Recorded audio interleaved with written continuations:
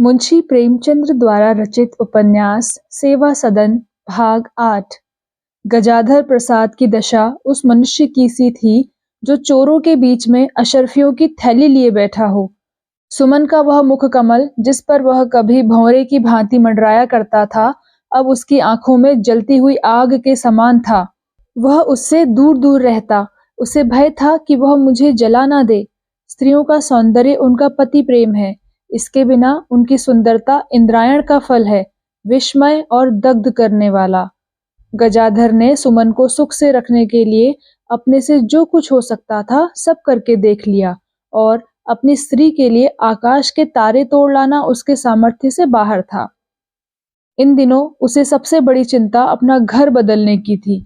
इस घर में आंगन नहीं था, इसलिए जब कभी वह सुमन से कहता कि चिक के पास मत खड़ी हुआ करो, तो वह चट उत्तर देती, क्या इसी काल कोठरी में पड़े पड़े मर जाऊं? घर में आंगन होगा तब तो वह यह बहाना ना कर सकेगी।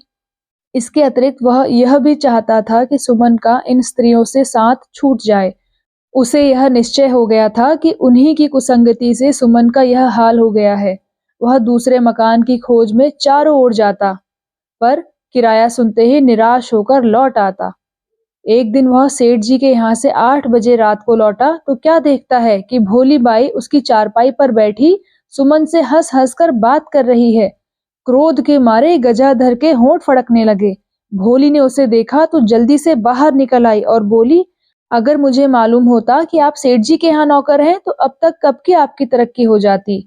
यह आज बहू जी से मालूम हुआ। सेठ जी मेरे ऊपर बड़ी निगाह रखते हैं। इन शब्दों ने गजाधर के घाव पर नमक छिड़क दिया। यह मुझे इतना नीच समझती है कि मैं इसकी सिफारिश से अपनी तरक्की कराऊंगा। ऐसी तरक्की पर लात मारता हूँ। उसने भोली को कुछ जवाब ना दिया। सुमन ने उसके तेवर देखे तो समझ गई कि आग भड़कना ही चाहती है, पर वह उसके लिए तैयार बैठी हुई थी।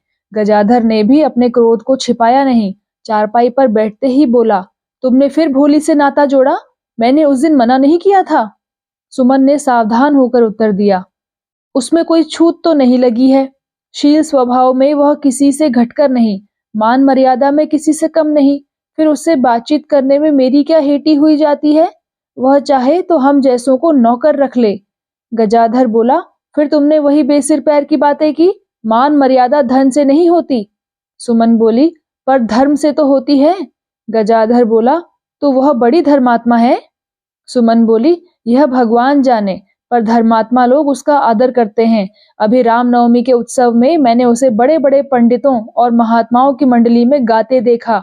कोई उससे घृणा नहीं करता था, सब उसका मुंह देख रहे थे। लोग उसका आदर सत्कार ही नहीं करते थे, बल्कि उससे बातचीत करने में अपना अहोभाग्य समझते थे। मन में वह उससे घृणा करते थे या नहीं यह ईश्वर जाने, पर देखने में तो उस समय भोली ही भोली दिखाई देती थी। संसार तो व्यवहारों को ही देखता है, मन की बात कौन किसकी जानता है। गजाधर बोला, तो तुमने उन लोगों के बड़े बड़े तिलक छापे देखकर ही उन्हें धर्मात्मा समझ लिया? आजकल धर्म तो धूर्तों का अड्डा बना हुआ है। इस निर्मल सागर में एक से एक मगरमच्छ पड़े हुए हैं। भोले भाले भक्तों को निगल जाना उनका काम है। लंबी लंबी जटाएं, लंबे लंबे तिलक छापे और लंबी लंबी दाढ़ियां देखकर लोग धोखे में आ जाते हैं, पर वह सबके सब महापाखंडी, धर्म के उज्जवल नाम को कलंकित करने वाले, धर्म के नाम पर टका कमाने वाले, भोग विलास करने वाले पापी हैं। भोली का आदर सम्मान उनके यहाँ ना होगा तो किसके यहाँ होगा? सुमन ने सरल भाव से पूछा, फुसला रहे हो या सच कह रहे हो? गजाधर ने उसकी ओर करुण दृष्टि से देखकर कहा, नहीं सुमन, वास्तव में यही बात है। हमारे देश में सज्जन मनुष्य बहुत कम है, पर अभी देश उनसे खाली नहीं है। वह दयावान होते हैं, सदाचारी होते हैं, सदा परोपकार में तत्पर रहते हैं। भोली यदि अप्सरा बनकर आवे तो वह उसकी ओर आंख उठाकर भी ना देखेंगे। सुमन चुप हो गई। वह गजाधर की बातों पर विचार कर रही थी।